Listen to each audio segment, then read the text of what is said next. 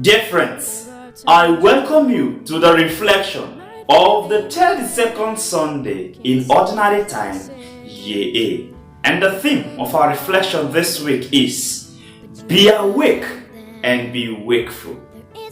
We can be awake but not active. And we can be Christians but passive ones.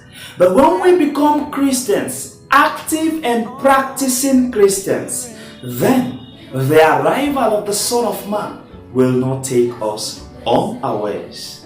Now in the first reading from the book of Wisdom, chapter 6, the author of wisdom reminds his audience on the power and position of wisdom. He calls his audience, you and I, to embrace wisdom. And so our human nature is such that is attracted to women. And so the author of wisdom tries to personify wisdom as someone that is attractive, such that he will draw the attention and interest of his audience. And so, dear friends, what is this wisdom we are talking about? The wisdom we are talking about here is not just a doctrine, but divine doctrine that shines through that doctrine and then at the same time appealing to the human soul. Dear friends, acquiring this wisdom, the author says one must have earnest desire for this wisdom.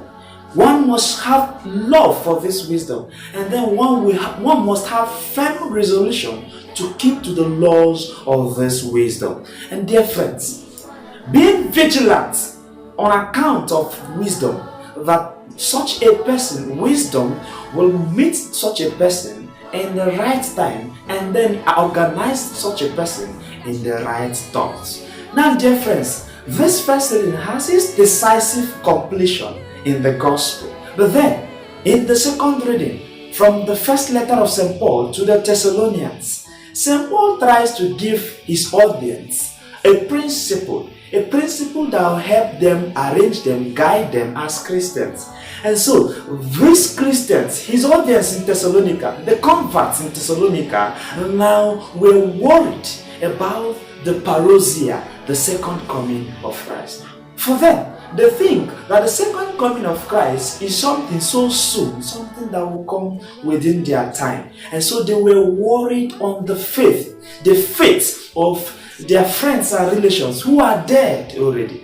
But St. Paul, in response to this, gave them a fundamental doctrine, a doctrine on the parousia, a doctrine on the second coming of Christ. And so St. Paul says that at the second coming of Christ, the dead in Christ will first rise and then join with the living to meet Christ and live with Christ, where they will live forever. And so he also encourages his audience that we should not grieve, mourn like the pagans do when one dies, when our beloved one dies. Rather, he teaches that those who have lived and died in Christ will in Christ rise. For when we believe in the resurrection of Christ, then we should not mourn like the pagans do. Now, dear friends, in the gospel reading from the Gospel of Matthew, chapter 25, verse 1 to 13. Now, Christ, in the parable of the 10 virgins, tries to condemn the attitude of the virgins, the idleness and the lack of preparation of these virgins. And so Christ tries to condemn this attitude.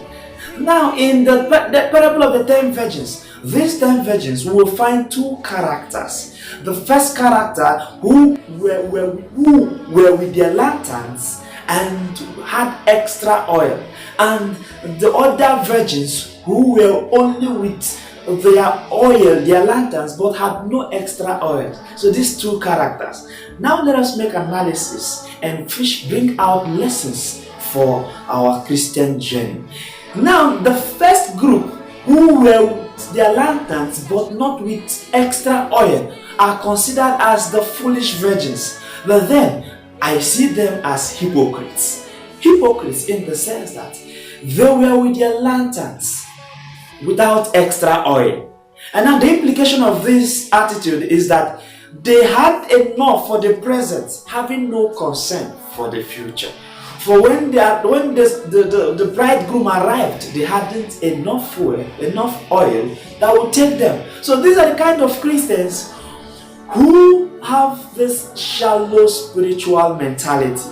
They are the ones we call having shallow spirituality, for they do not have principle within. They are the kind of Christians, they have their lanterns, but never having the extra oil. And so these kind of Christians have no sound knowledge of the gospel. They have no sound knowledge of Christ deep within them. And they are the kind of Christians who profess Christ by their lips, but within them, they have no knowledge of Christ. They have no Christ in them. And so, dear friends, now in the second character, the group of virgins who had their lanterns and had extra oil. These are the kind of Christians who are always ready.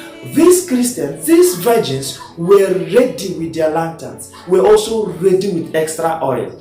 Now, these are the kind of Christians who are spiritually charged. They have principle within them. Spiritual giants Christians. They are the kind of Christians who are ready at all times. They are ready in their works as Christians, in their exemplary lives as Christians.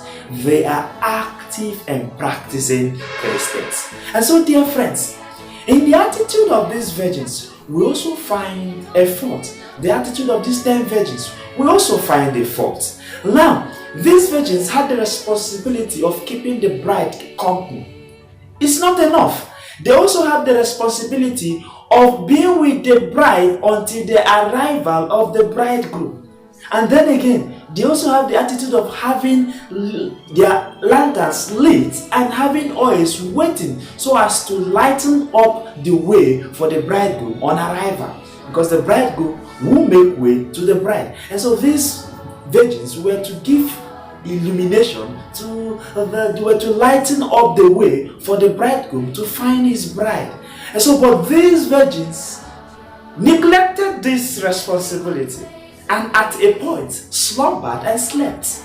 And so their slumbering and sleeping made them careless maidens. Made them careless. For their carelessness made them slumber and sleep. And so if it were not the announcement that the bridegroom was ready, these virgins wouldn't have known that the bridegroom was ready. And so it gives an explanation of the kind of Christians we have today. For even in Matthew chapter 26 verse 40, Christ says to his disciples, "Can't you be awake for me even for 1 hour?"